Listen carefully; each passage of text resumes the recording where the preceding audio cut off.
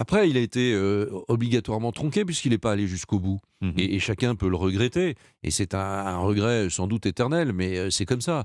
Nous n'avons pas voulu que l'examen du texte s'arrête au tout début du texte à l'Assemblée nationale. Bah, dans Nous ce aurions cas-là, aimé qu'il aille plus loin. pourquoi Ça n'a pas été le cas. mais pourquoi dans ce cas-là déclencher des procédures accélérées, article Mais ces 44.1, procédures, etc.? elles étaient les bienvenues parce qu'il faut encadrer ce type de système. Enfin, il faut Ouais. évidemment encadrer ce type de débat, sinon il peut L'exécutif durer 3 ans. voulait pas d'un Il peut débat durer 3 parlementaire. ans. Oui. Mais bien sûr que oui, il voulait d'un débat parlementaire.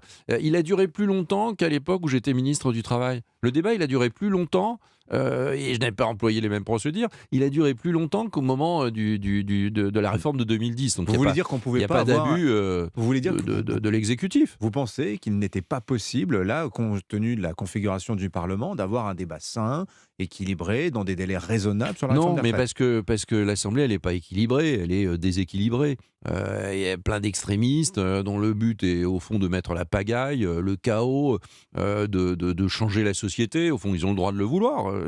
Mmh. Heureusement qu'on est en démocratie. Mais enfin, ça complique beaucoup les travaux de l'Assemblée nationale. Ça les complique et ça ne les éclaircit pas, c'est le moins qu'on puisse dire. Enfin, on ne va pas dire que ceux qui jettent la fumée sont ceux qui Mmh. demandent l'éclaircissement du débat. Enfin, il ne faut pas se tromper de rôle. Il ne faut pas Oui. inverser les rôles. Mais diriez-vous que les Français qui manifestent contre la réforme des retraites sont des extrémistes, Éric Woerth? Non, les Français qui manifestent, évidemment, ne sont pas des extrémistes. Ils sont contre Mmh. le fait d'augmenter de 2 ans l'âge de départ à la retraite. Mais ça, on le sait depuis le début. Mmh. Les sondages sont mauvais depuis le début. Après, c'est vrai qu'on n'a pas convaincu. C'est vrai qu'au fur et à mesure des explications, les Mmh. sondages Mmh. ont plutôt, ne sont pas, de mon point de vue, dans le bon sens. Mais Donc qu'est-ce qui n'a pas fonctionné?